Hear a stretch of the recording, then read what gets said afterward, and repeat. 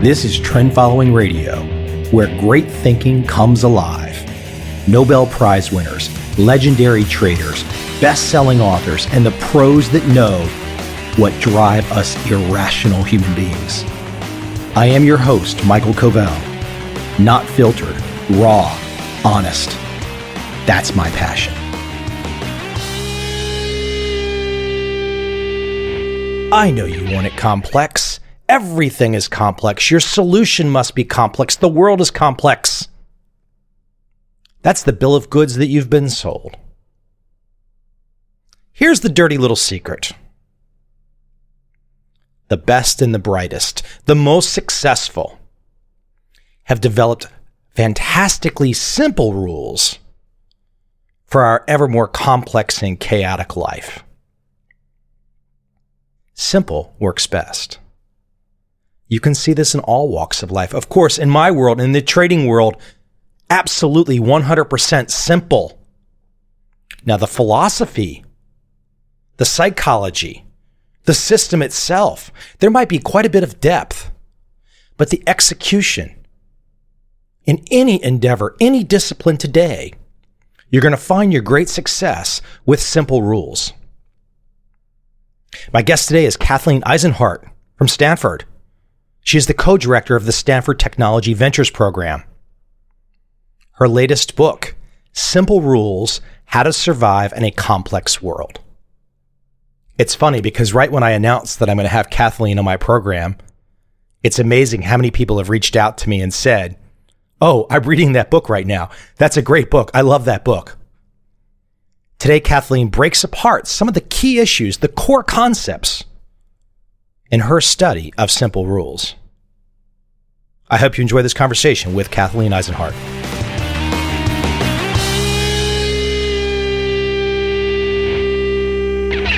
We're going to dig into the content of simple rules, but I know you've been at this subject for a long time in papers before your book. Give me a starting point, a genesis, the beginning, how this started to happen with you and your co-author. How did it all start? This actually started, I was working with one of my former doctoral students, Shona Brown. We were looking at computer companies in the late 90s or so, and we were trying to figure out why some had could do product after product after product really successfully and others couldn't. It was a global study, and we saw that the companies that had way too much structure, too many rules, could really efficiently get out the wrong product.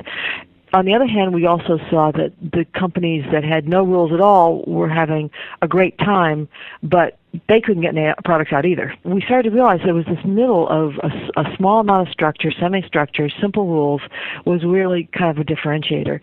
And so that was the original set of ideas that Shona and I came up with. Shona was then a McKinsey consultant and then went on to be senior VP of operations at Google before their IPO and then after their IPO. So she started using some of the ideas at Google.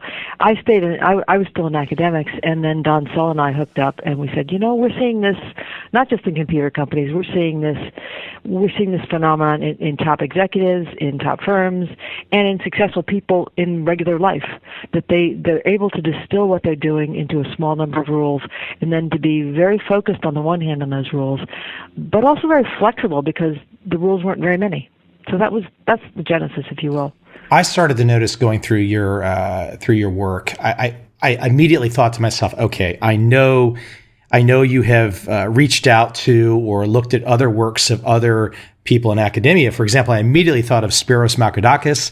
I immediately thought of Gerd Gigerenzer, and boom, I saw them both in your index. I realized that there's this many people touching on this subject area, but kind of going in their own different directions. But you brought this more into the world of business.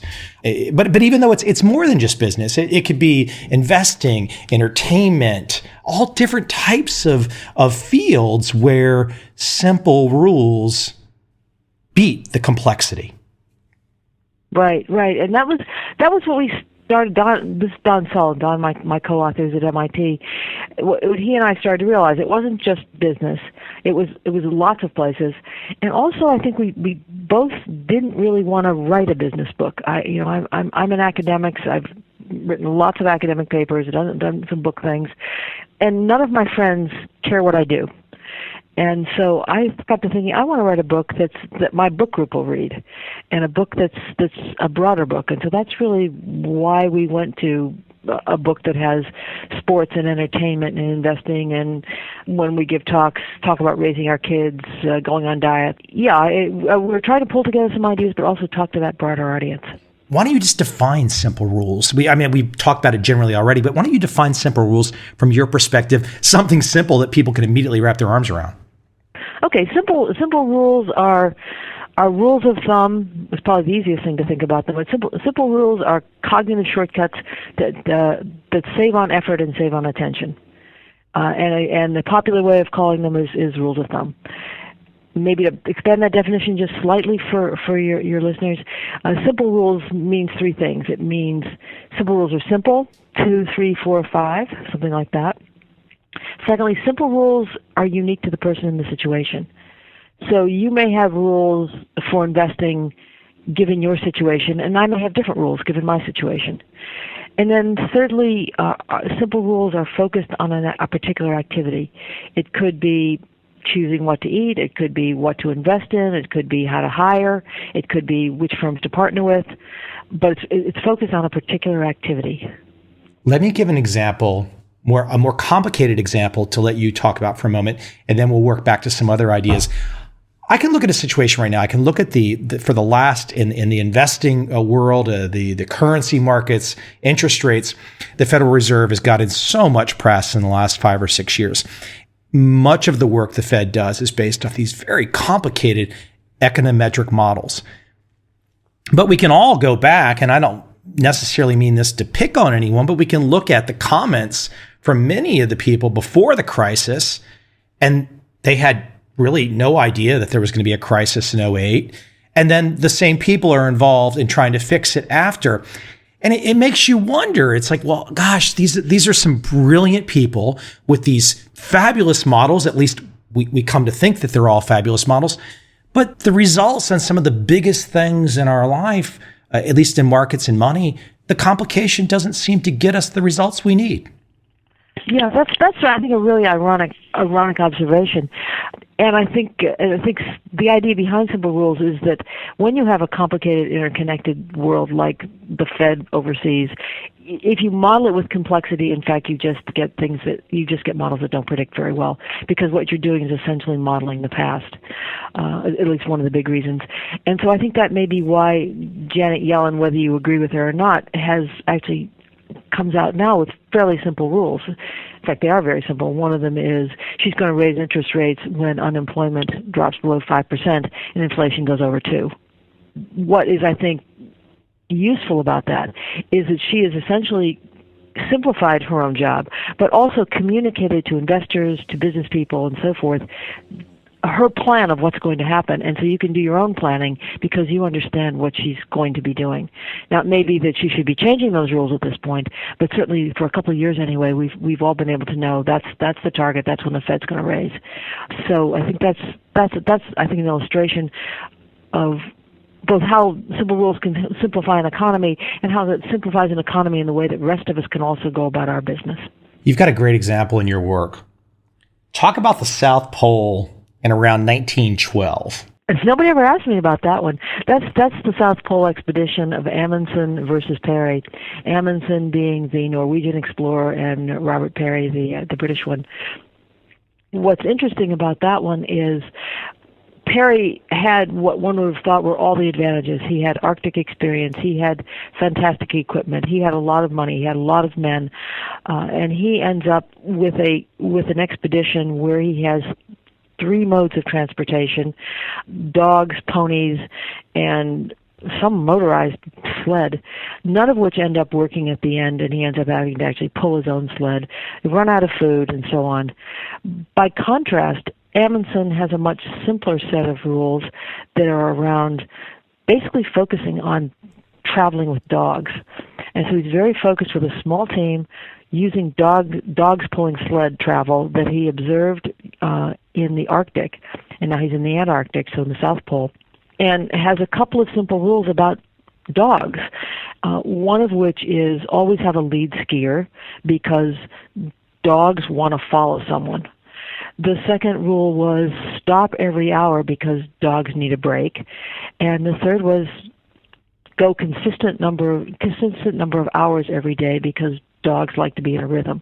So it was really all about the dogs. And so it was a very simple set of rules. They also had some simple rules around eating and some other things, but mainly the dogs were important. In contrast, you have Perry he has dogs and he has ponies and he has other things. Plus the British pride themselves on knowing all about dogs, but they know about hunting dogs, not Arctic dogs or Antarctic dogs. So I think it's a great illustration of simplicity conquering complexity in a novel situation. There seems to be this desire or this drive amongst a certain part of the population that complexity there's more and more school and just really brilliant people pursuing these more and more complicated type systems. But what about the ego? Have you found something in your work, the types of people that can let go and just say, you know what? Simple's okay. I know I can't control it all. Simple will get me to where I want to go better than your complicated. Can you kind of compare and contrast the personalities that might choose simple versus not simple? Michael, you're asking me some great questions. Nobody ever asks me this. Yeah, I think I can, actually. I think people who complicate things, there are probably two kinds of complicators. One are people who are risk averse. So they just want to lock everything down so there's no problem. If they plan for every contingency, they've got it covered. The problem is you can't predict the contingencies necessarily. So there's the risk averse people. There are also the people who make a living out of being complicated. So one might think of... You're being very diplomatic about that. I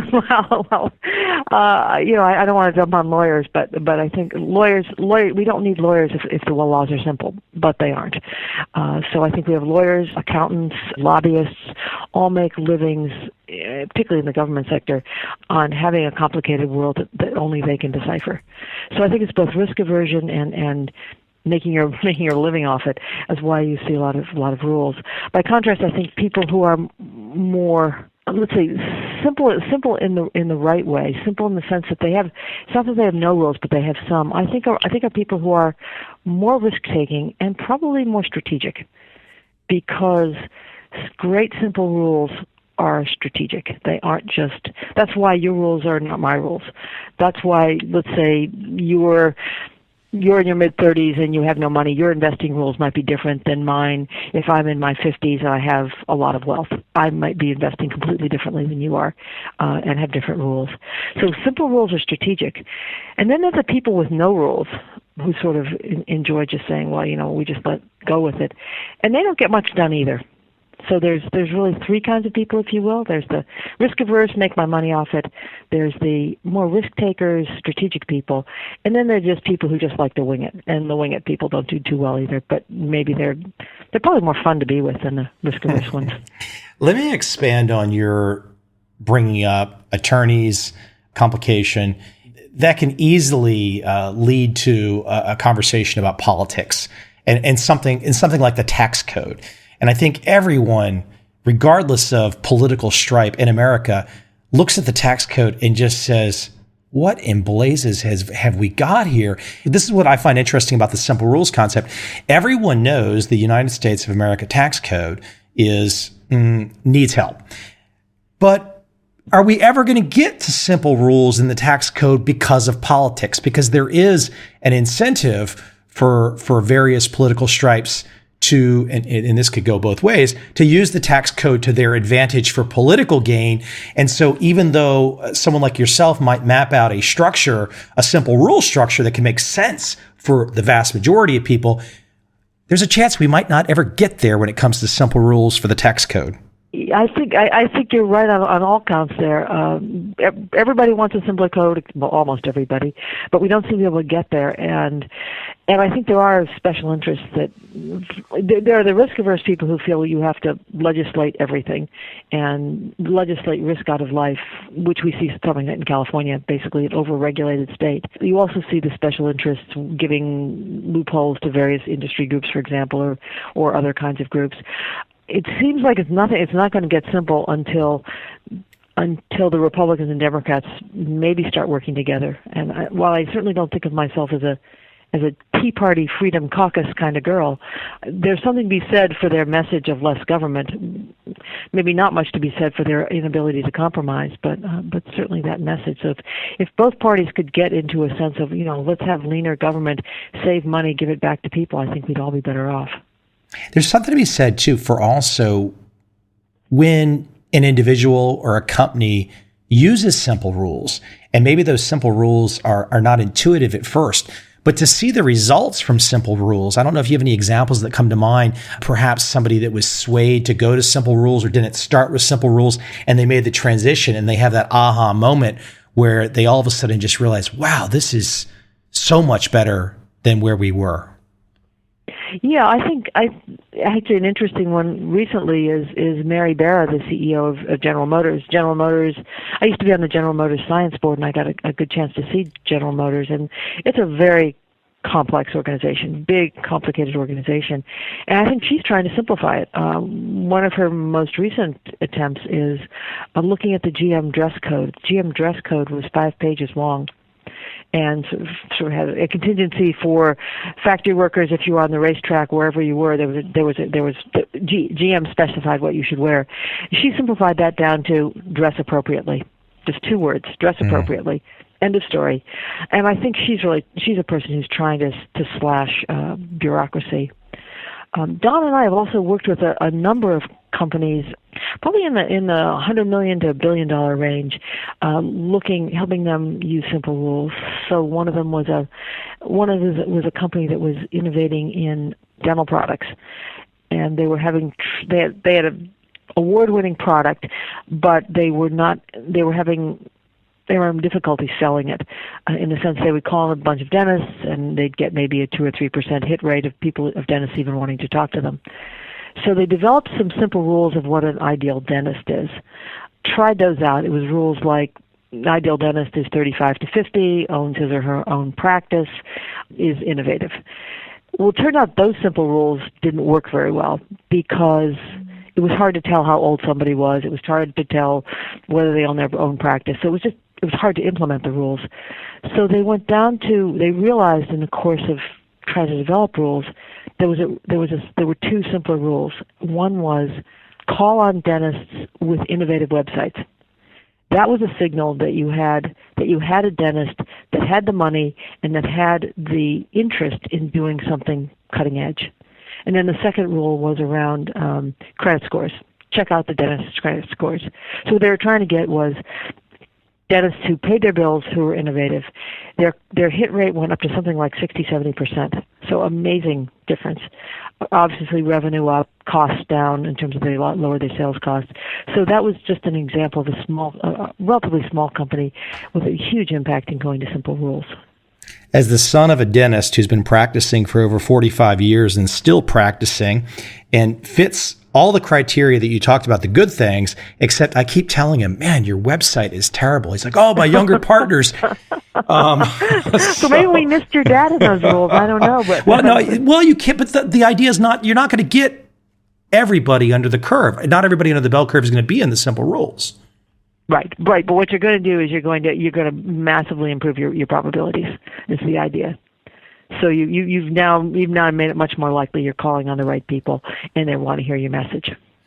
As a guy that grew up playing a little baseball, I love that you brought up the example with Billy Beane. Why don't you talk about the Oakland A's? It's not too far away from Stanford, a little hop, skip, and a jump. If a lot of traffic, it could take you many hours to get there. But why don't you talk about Billy Beane? And here we know a guy that, for those that have read Moneyball, very high-end statistical analysis of players and how he selects players. But he had a lot of old school scouts, and he gave those old school scouts some pretty simple rules to try and take into account everything he was thinking about. And again, it wouldn't be perfect, but why don't you talk about the simple rules he used? Billy Beane's a great example. He's the general manager of the Oakland A's, as probably many of your listeners know.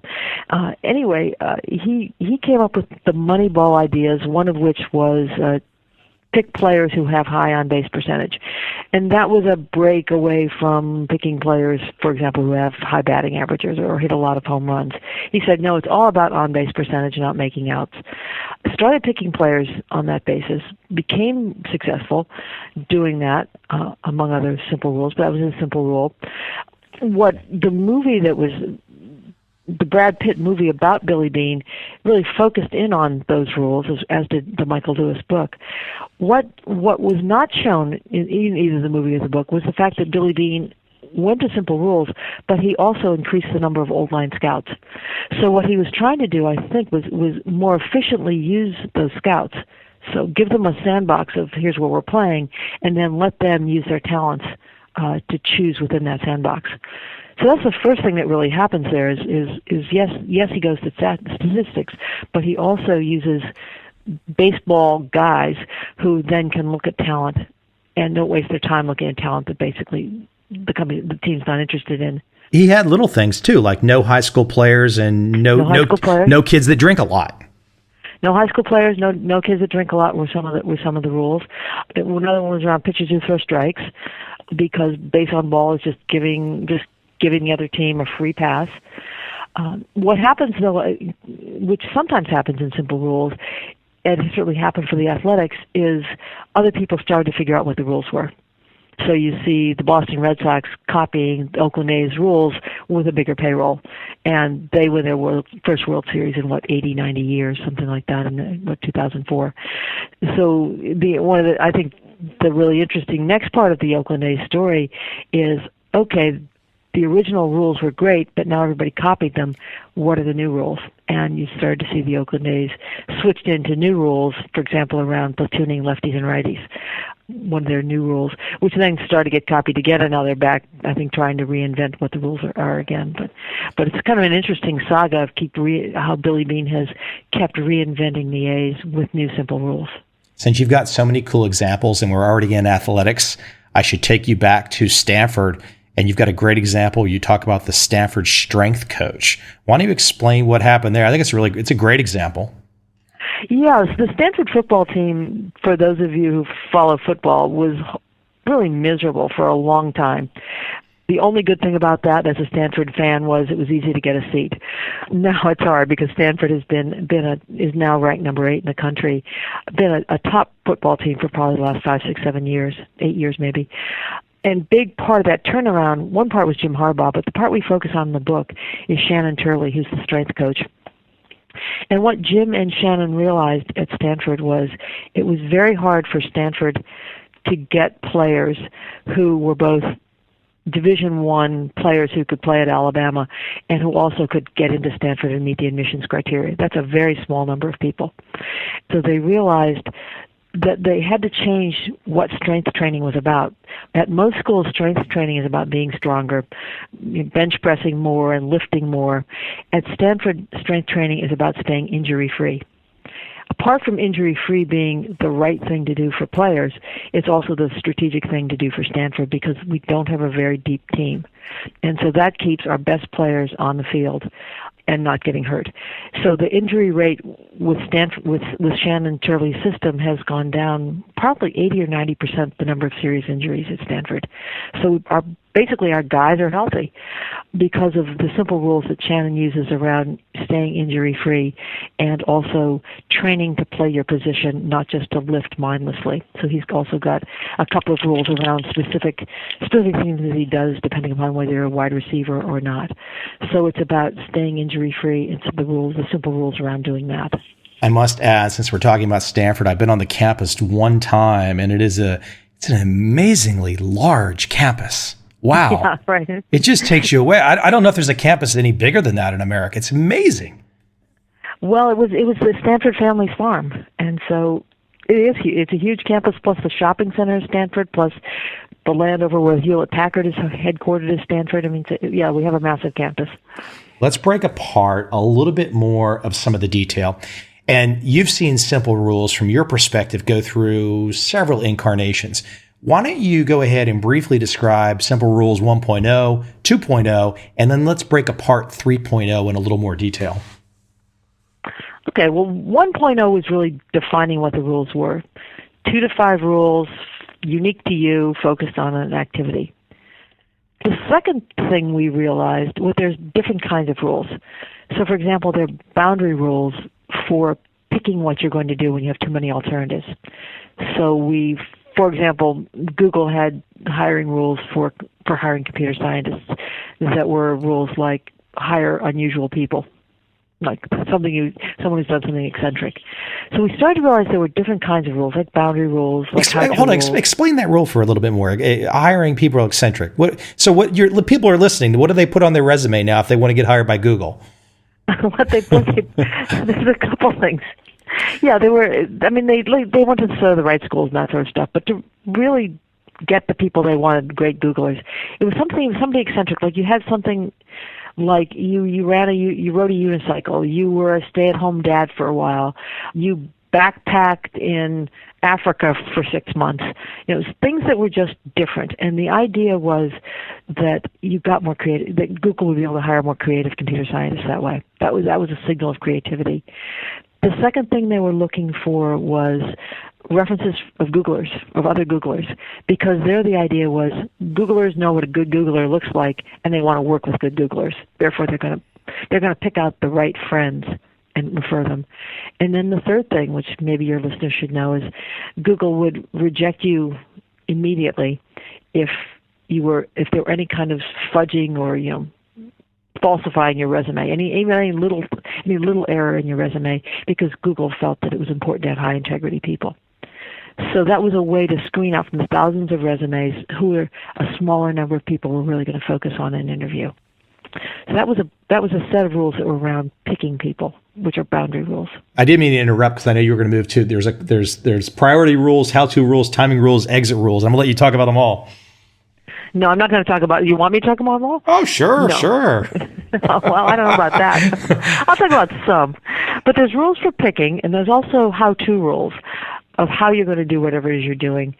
So I think one of my favorite examples is the White Stripes, the band. The band. I'm not quite sure how to describe them, what adjective quite captures them, but eccentric. Eccentric captures them. Jack White is eccentric. Yeah, they're a pretty crazy band, but they actually have rules that they're very proud of. And when they did their hit, The White Blood Cells, they had rules like no guitar solos, no blues, no bass. So just a few rules. Within that, they did 18 songs in 10 days, had an amazing album. So that's how-to rules. Those two kinds, boundary and how-to, tend to be pretty easy for people to learn. What's hard for people to learn is rules about time, rules about rhythm or sequence that you do things. So, for example, there was one company that we worked with that had a rule about product releases. In fact, we saw this very early in our stuff. A company that we release a new product every 9 months. And what that did was it synchronized marketing, engineering, and other parts of the company that had to work together. Pixar is another example where they are on a rhythm of a movie a year. So rules about time tend to be more sophisticated and harder to learn. We also, I'll go one last kind of rule. And that's the hardest kind of rule to learn is a stopping rule. We're all good at starting things. We're not good at stopping things, whether it's selling a stock, ending a relationship, stopping a partnership, whatever. And the stopping rules are hard to learn.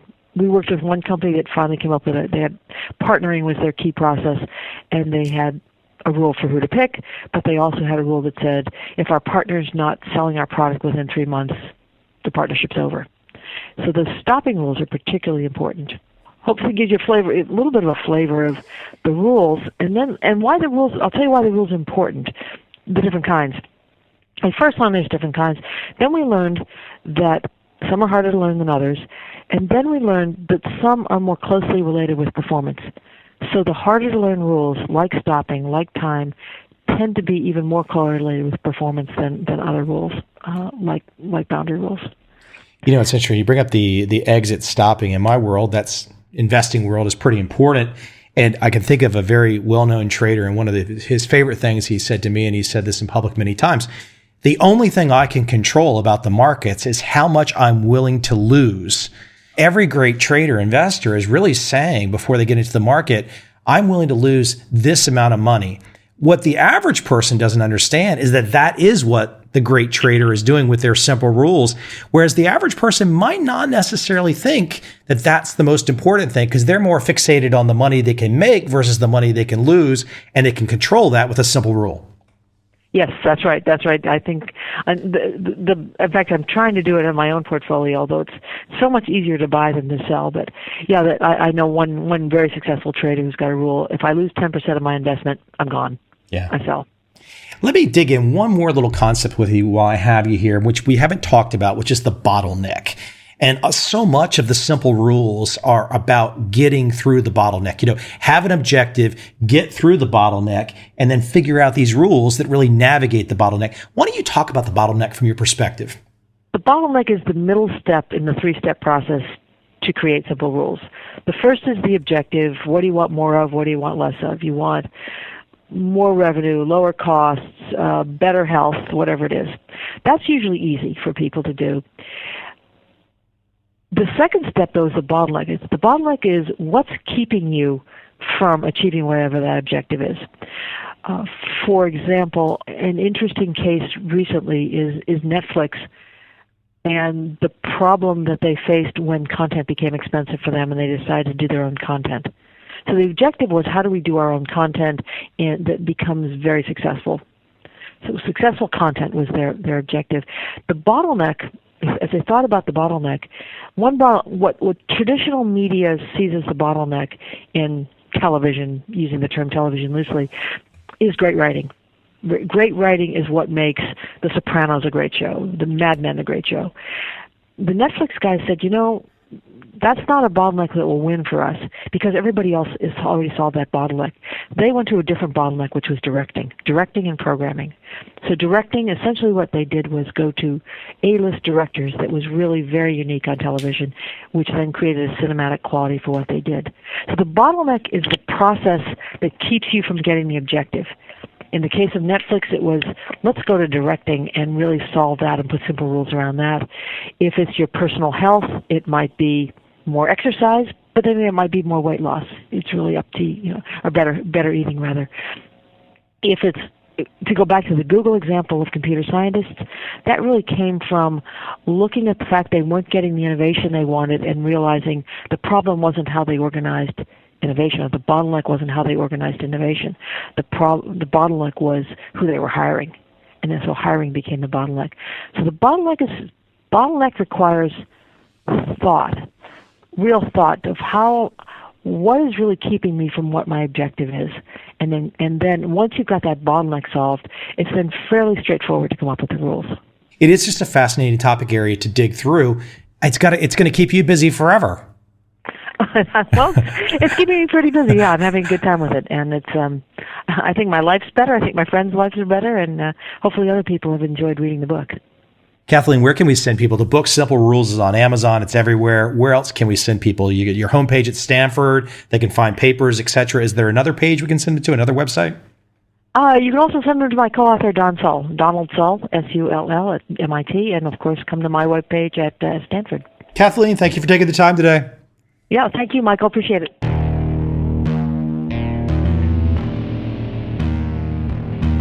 I see a time when those awake will understand how to make money in up, down, and surprise markets. Whether new trader or experienced, college student or financial advisor, protecting against a crash or just trying to make a lot of money, trend following offers everyone an answer in uncertain times. To get started immediately, send me an email, michael@covel.com. I will send you the right trend following steps to take along with my free video. But if you want to buy and hold, trust the government and trust Wall Street, this is absolutely not for you.